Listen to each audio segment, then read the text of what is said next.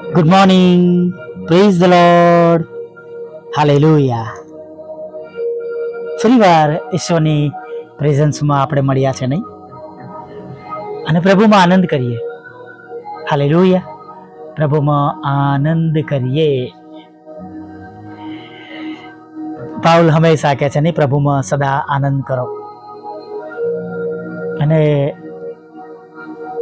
જ્યારે તમે આ ઓડિયો તમારી પાસે આવશે ત્યારે તો માર્ચનો આજે પહેલો દિવસ છે, અને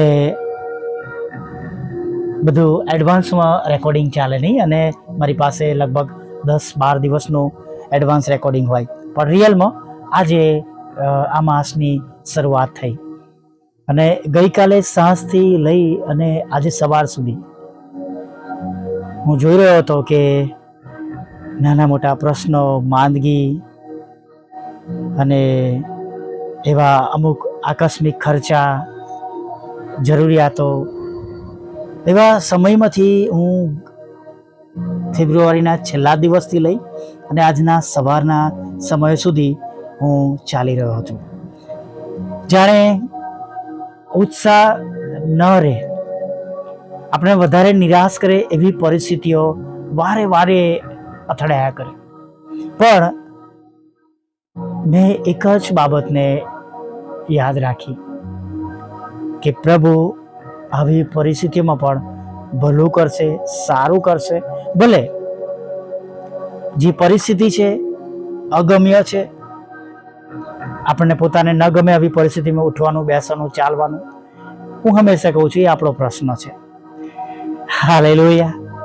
પણ જે દેવ કરવા માંગે છે, જે પ્રભુ જે રીતે આપણને ચલાવવા માંગે છે, આપણું તો કામ એ છે કે આપણે એ પ્રમાણે ચાલવાનું છે. જો પ્રભુ એવી પરિસ્થિતિમાં પણ તમને જો ચલાવવા માંગે છે તો આપણે ચાલવાનું છે. એવી પરિસ્થિતિમાં પ્રભુએ આપણને થોડા મૂકી દીધા છે, થોડા છોડી દીધા છે. Hallelujah, praise the lord.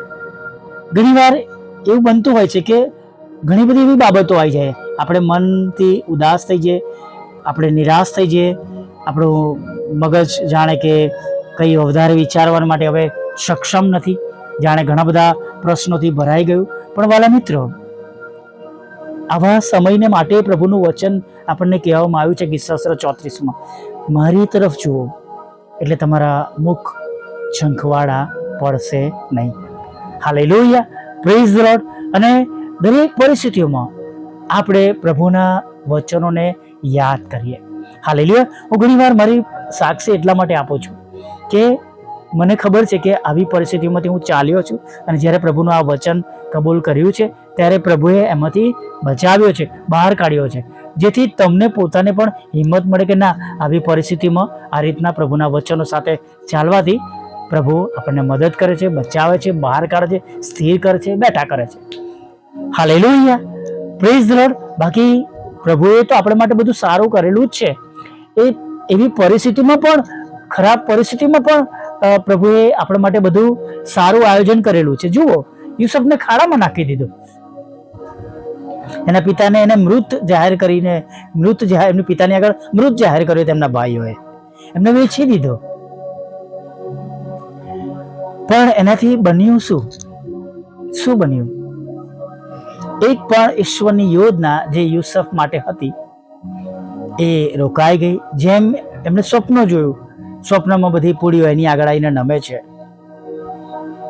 સૂરજ અને ચંદ્ર પણ જાણે એની આગળ નમી જાય છે નહીં. અને આપણે એ બધી બાબતો યુસુફના સ્વપ્ન વિશે જાણીએ છીએ, અને એ સ્વપ્નના લીધે એના ભાઈઓ પણ એનાથી નારાજ હતા નહીં. અને એ બધી બાબતો આપણે જાણીએ છીએ, પણ જે મુખ્ય બાબત કહેવાની છે કે જે યોજનાઓ દેવે નાનપણથી, જાણે કે યુસુફના જન્મથી રાખી મૂકી હતી, શું એ યોજના યુસુફને ખાડામાં નાખી દેવાથી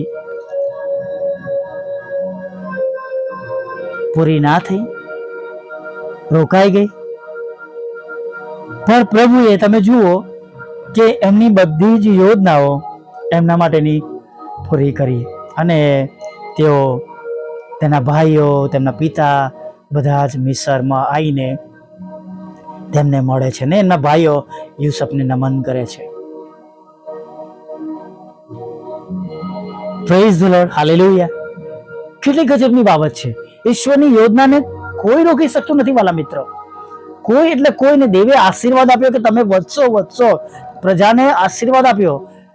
ઇબ્રાહિમ રેતીના કર જેટલા તારા વારસદાર થશે. અને આપણે જોઈએ છીએ પ્રજાને જ્યારે મિસરમાં હેરાન કરવામાં આવે છે તો જાણે એ મલ્ટીપ્લાય થઈ, વધી, અને કહે છે મિસ્રીઓ ત્રાસ પામતા હતા. વધારે આશીર્વાદિત થઈ, વધારે મજબૂત ને સ્ટ્રોંગ થતી ગઈ. હાલેલુયા. અને હું તમને પણ આજે કહેવા માંગુ છું, ભલે તમને તમારા શત્રુઓ હેરાન કરતા હોય, પણ તમે એવી પરિસ્થિતિમાં વધારે સ્ટ્રોંગ થશો.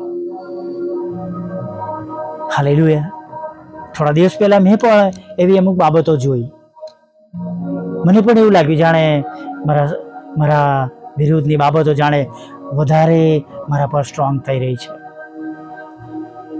પણ મેં પ્રભુની આગળ નમવાનું પસંદ કર્યું. પ્રભુ, આ પરિસ્થિતિઓ ક્યારેય જીતી નથી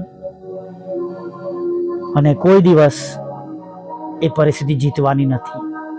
બસ મને તમે તમારી પાછળ ચાલતા શીખવજો. સારું શું છે એને પસંદ કરતા શીખવજો. તમારી ઈચ્છા શી છે એને શોધતા મને શીખવજો. હાલેલુયા. ચોક્કસ આપણો વેરી શેતાન એ કશું સારું જોઈ શકતો નથી. હાલેલુયા. અને આપણા લોકોમાં તમે જુઓ કે જે અણબનાવ, દુશ્મની કે શત્રુ અથવા જે બાબતો હોય છે એની પાછળ મેક્સિમમ કારણ એ જ હોય છે કે આ લોકો મળી ના જાય, આ લોકો ભેગા ના થાય. કેમ કે જો ભેગા થશે તો તેમની પ્રાર્થનાઓ દ્વારા મારું આવી બન્યું છે. અને માટે ઘણીવાર પ્રભુના લોકોને એક જગ્યા પર એકત્ર પણ થવાને માટે ઘણા બધા વિઘ્નો આવે છે. એનું રીઝન આ જ છે. હાલેલુયા.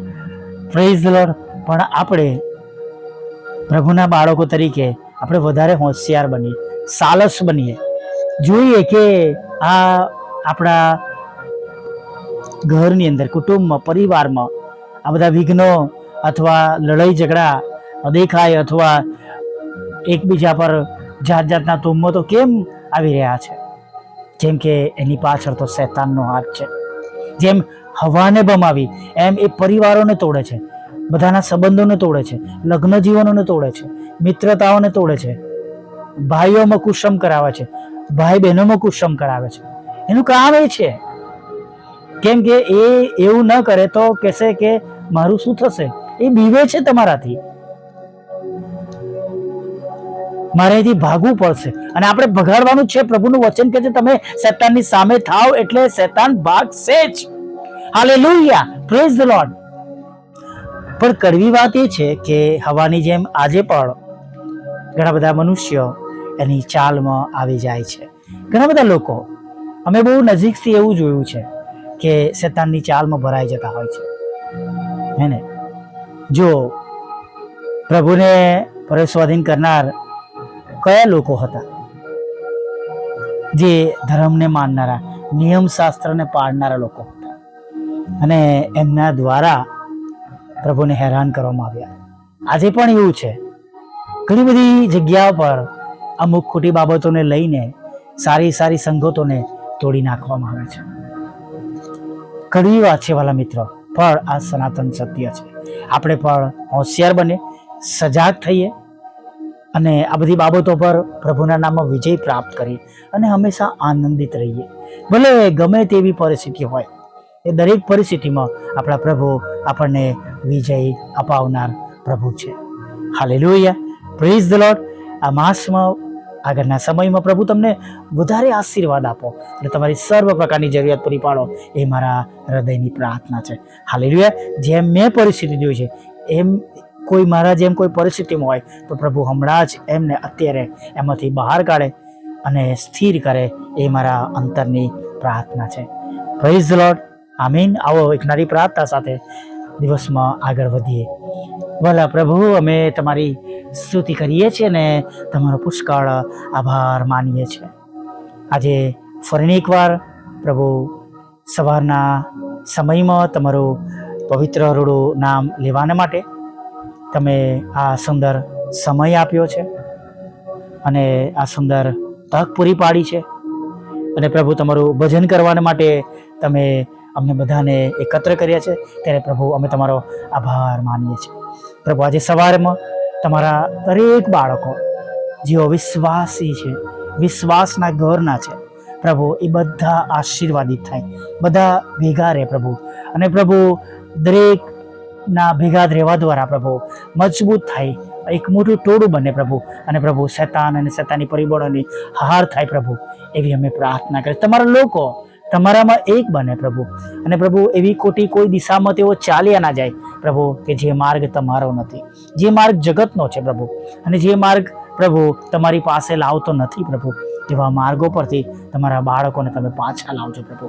હા પ્રભુ, મેં આગ્રહથી પ્રાર્થના કરી છે પ્રભુ, જગતના ચલણ પ્રમાણે નહીં પ્રભુ, પણ પ્રભુ આત્મિકતાના ધોરણ પ્રમાણે પ્રભુ.